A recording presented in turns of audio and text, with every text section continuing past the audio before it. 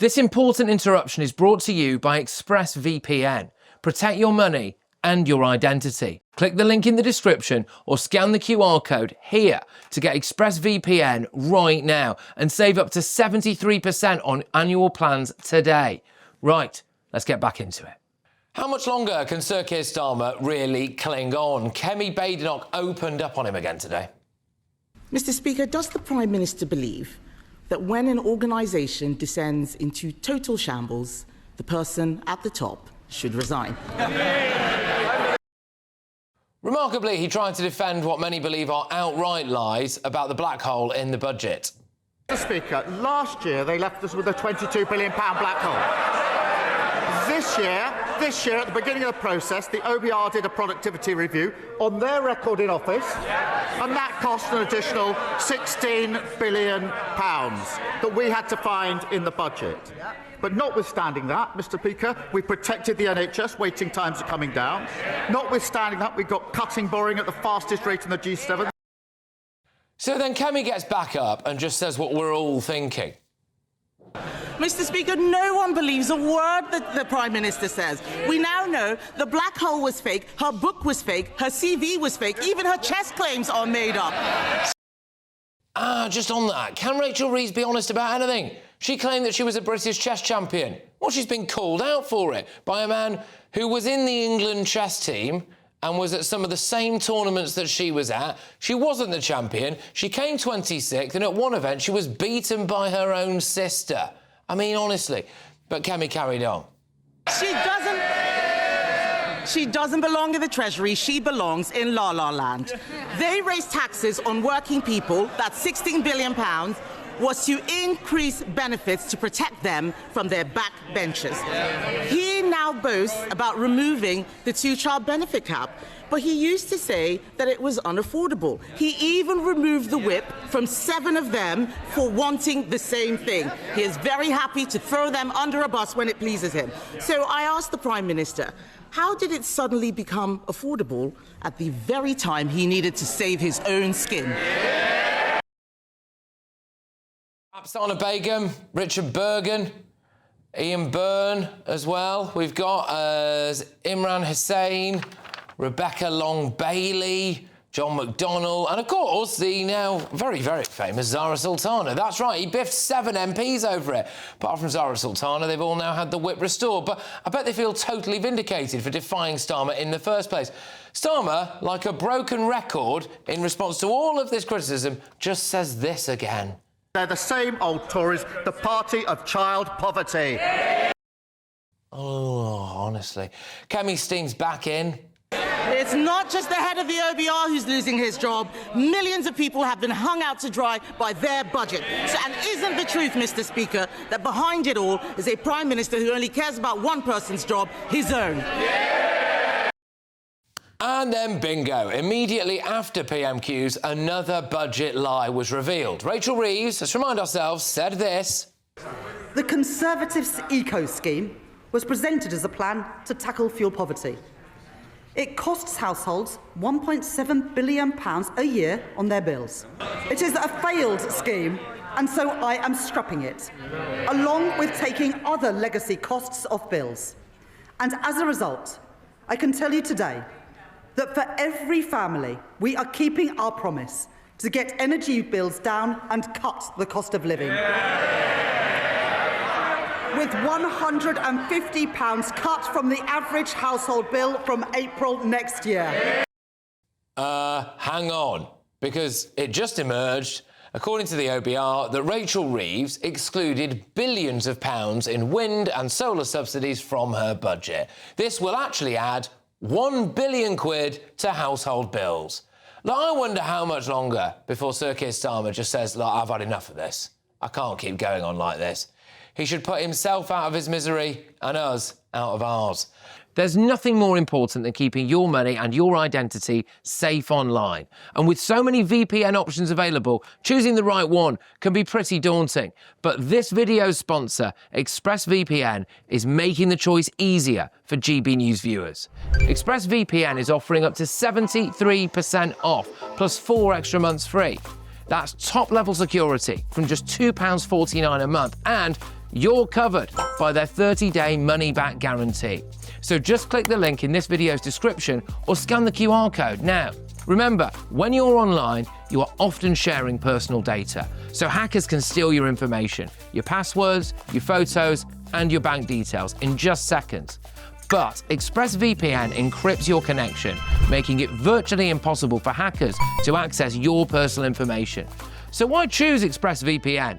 Well, it couldn't be easier to use. With just one click, you are protected. And ExpressVPN uses military-grade AES 256 encryption, which is the same standard trusted by the US government to guard their classified information. With their new tiered plans, you can protect up to 14 devices at once and manage passwords securely. Live chat support is available 24/7, and it typically connects you in under a minute with a real person. Click the link in this video's description or scan the QR code to get up to 73% off ExpressVPN plus 4 extra months free. Start protecting yourself today with ExpressVPN. Let's get to the panel. We have got the Director of Public Services, Mark Littlewood. We've got landlord and activist Adam Brooks and journalist and broadcaster Nina Mishkov. Right then, Mark. So, yeah, I mean, how much longer can he seriously cling on getting the kind of absolute battering that he's there, just, you know, relentlessly saying things like my child poverty? Maximum, I would say, 5 months. We're probably moving into the end game now. The key thing here, of course, I mean, the public have completely lost confidence in this government. I mean, the opinion poll ratings for Starmer and Reeves and the Labour Party are beyond abysmal.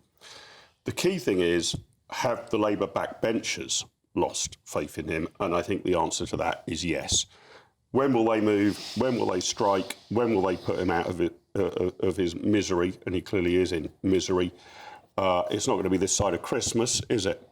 But I think they will be pondering whether they should try and remove him as leader of the Labour Party prior to the May elections, or whether they should accept the bloodbath that's going to happen in the May elections and remove him afterwards.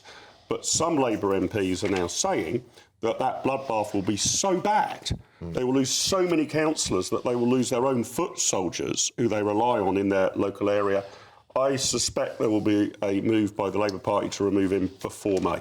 Well, it's interesting, actually, and I'm not going to give too much away now, but tomorrow night there is a very special version of my show. I'm not going to be in this studio at all. In fact, technically speaking, I'm not even going to be in this country. Don't worry, I'm not going back to Calais again.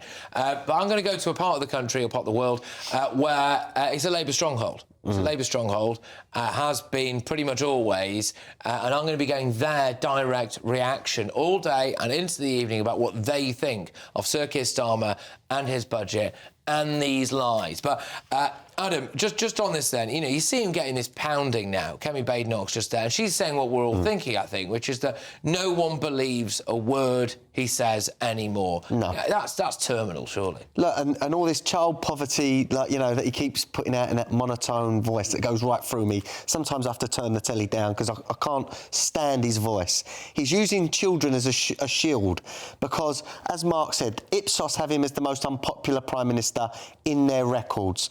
The Chancellor is the most unpopular Chancellor in their records. Just 12% of people surveyed approve of the way this government is running the country. Look, the lies in the budget, he keeps doubling down on these black holes. We all know it's a lie. Keeps bringing up this 16 billion figure. That's been debunked. We know there are surpluses that cancel that 16 billion out. He's picking which bits to put out there to confuse everyone. They lied. At the end of the day, when you lie, markets move. Winners and losers, people have lost money from their rhetoric. So at the end of the day, they have to go. We don't trust them. So this is, and again, just on that theme of lies, which now, what has been very interesting, I've noticed over the course of the last few days especially, is that when you look at the national newspaper front pages, normally what you would do is you'd put the word lie in quotation marks, and they've basically stopped doing that. So that the dam has kind of broken there on the idea, whether you agree with it or not, I don't know, but the idea that the Prime Minister and the Chancellor basically are liars about certain things. That other one there about, you know, we're going to freeze your energy bills, and it turns out she ignored, you know, billions of pounds of green energy subsidies in the budget there, which actually will add £1 billion to household bills. You know, again, that's... Yes, but let's just see if people have 150 quid off, because that's what she said. She hasn't said how she'll do it. Well, you don't know that, Adam. You absolutely don't know. None of us knows what's happening. Keir Starmer frankly looks dreadful. His hair's gone completely white at the front, and I heard a story about the Royal Variety performance, which has been recorded but not transmitted yet, and apparently there was an impressionist who did Keir Starmer's voice, does it brilliantly apparently, and the entire audience booed. So, oh really? So do ITV take the booing out, or what? What do they do? So I don't. That's what I hear is on the. This is top goss from Nina Mishkov. Well, thank you. The sofa. So this is they've pre-recorded an episode of the Royal Variety Show. Yeah. And that's what I heard. He was booed by the royal family are in that audience sometimes. Well, you would think so. I mean, that's what that's why it's called a Royal Variety performance. They've got to sit up on the box there. Yes, I mean they're clicking the name. So the man is having a dreadful time. But don't forget, he's a tough man. He is. Who told you that? But because of what he managed to do to the Labour Party when he took power. Well, I mean, he has no business to run it. No. The word tough has been used very loosely there. Stubborn, no, it's not. Okay, stubborn. no, ruthless. He is absolutely ruthless. Just because he's dull, boring, and doesn't have charisma, and he's wooden, and they all think, oh my God, doesn't mean he can't be ruthless. And you know, and he is. So here's the problem, Nina. He's erratically ruthless. So, Patrick, you highlighted the Labour rebels 7 MPs. who had voted to say, actually, let's lift the child benefit cap. This, at the time, was such an horrific, rebellious thing to do that you needed to be kicked out of the Labour Party for it. Ruthless, you might say. Some months later, it's official government policy. I mean, this might be ruthless, but my God, it's mad. I mean, it's erratic. Whoever's advising him. There's no consistency in what he's trying to do. The thing is, ruthlessness can be useful in a Prime Minister if you have a consistent direction. He has none. But then there's another what some would say, Nina, is a lie about that as well, which is that he said he's trying to pass off now that it was always the plan to scrap the two-child benefits cap. And we just know it was. He didn't say it was always the plan. He says that it was his ambition. It was something he's wanted. And if you go back into how many angels can you get on the top of No, the but pin? if you go back to what he said, he has actually for years and years wanted that. Look. So and a year ago, it was enough to kick you out of the Labour Party if you argued for it. Well, as I said, he's ruthless. You shouldn't dismiss him. That's just erratic. And this whole business of lying. That was a word that started to be bandied about on social media. He's lied since he came into power, Nina. He has not lied. Yes, he has has not lied since he came into power. You rubbish the idea of the black hole. The black hole existed. The black hole 20. Which one? The very first black hole that they discovered. Since then, they've dug some more. Let's not. No, but seriously, he is at heart, I believe, a decent man. I don't. He is a decent man, and he is. But he's now go on. Look, let's just. What is he? 60-odd years of age. Imagine going through your whole life. You know, successful. He's had smoke blown up his rear end all his life. He's had this power trip. Everyone bows to him. He's the top of his profession. And now he's become Prime Minister. And within a year, he's the most hated man ever in this country. How must he feel? He looks a broken man to me. And as you said, he looks ill. Just go. Look ill. You're not wanted. Keir Starmer, you're not wanted in this country. The problem is every Prime Minister or President, their hair goes white. All of this, like, kind of, are you lying, or can you just about square this statement last year with these numbers this year, just perhaps logically? But the whole problem is it doesn't ring true, does it? So we just saw that clip about Rachel Reeves saying, and I'm committed to cutting the cost of living. Well, for a good number of households, one of the biggest costs of living is your tax bill. Yeah. Right? Rent and tax or your mortgage payments and tax are probably the two highest things that face a household. That is part of the cost of living. She has jacked it up. So Now, you know, the Labour spin doctors will come back and say, oh, by cost of living, we mean, you know, how much on your post-tax income, but it just doesn't ring true. No. They are put up the cost of living because they have put up taxes. So if you've got the gall to stand at the dispatch box and argue, we are the party making the cost of living go down, and millions of people, the length and breadth of this land, know as a fact, by looking at their wage slips and their bank balances, that the opposite is true. But you have completely lost public faith. There are many people who are going to be better off. The children that they have lived benefits. Well, OK, yes, but sometimes benefits are needed. We're not talking about migrants now. Migrants, people on benefits, they're better off. Train drivers, they're better off. Can we just leave migrants out of it for once? No, because they're going to be better off under this government. Adam, come on. No. Let's go to people. Let's go to children who are living in poverty. 500,000 people, 500,000 children are going to be lifted out of poverty, and that is one thing. I don't necessarily agree with lifting the child benefit cap because I think they should put it back on in 2 years' time. That wasn't her claim. Then her claim was she was cutting the cost of living, and she isn't. Right. Another lie. But the point is that lower-paid workers will have more in their pockets. I would have some sympathy if she stood up at the dispatch box and said, actually, the cost of living is going to go up for about 80% of you. Sorry about that, but there's 20% of you we've identified that we particularly want to help, and for you, the cost of living will go down. That would be a fair argument. But the general broad sweeping claim that they're cutting the cost of living is an untruth. The reason why I think it's terminal is because it's now become comical. And that's what's it's so obvious. It's become comical. Even things like Rachel Reeves' British chess champion thing, which has turned out to be a demonstrable mistruth. No. So Patrick, I will argue with you on that. Why? Because she was British girls under 14 champion. She won a title. It wasn't an official event. It wasn't official. It wasn't. It was the women's. It was the women's. Nina, to the English chess. To the bloke who won. To the bloke who was on a different tournament. That's a different tournament. She won a different tournament that was actually entitled British Girls. It's women's under 14 championship. The problem again here is that she's got form on exaggerating what she's done in her life. Whether it's the length of time at the Bank of England, what her job was with HBOS, or how good she is at chess. She's a fibber. Just say it. She's a fibber. It seems to be, you know, there seems to be an awful lot of spin that she has been more successful, more senior, or more impressive than she really was.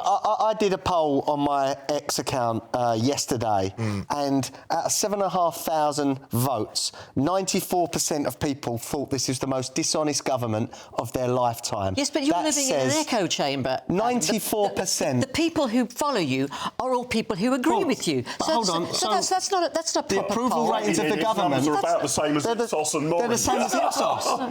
Are they in an echo chamber, Ipsos and YouGov? No, they are not. But thank you, Nina. Well, let's just see what happens. I mean, look, like I said before, you know, you were seeing it was another kind of comical battering there, but by Kevin Bay, not to be fair. Who's, let's be honest, she's on fire at the moment. She's on fire at the moment, but she's not always been the best performer, and that should be taken into context. When you see her just taking lumps out of people, it must also be noted that she's missed a few open goals in her time. Massively. And for her to now be looking like she's just rinsing them does imply how bad they are. The only other thing I would say, we have to move on, is that what it looks like to me anyway is that this Labour government is now having to spend a huge amount of time coming up and devoting a huge amount of resources, no doubt, coming up with rhetoric and with words basically to cover their own excuses to try to just about wriggle out of something, as opposed to running the country. And this is always on the back foot. I don't know how much longer this can go on.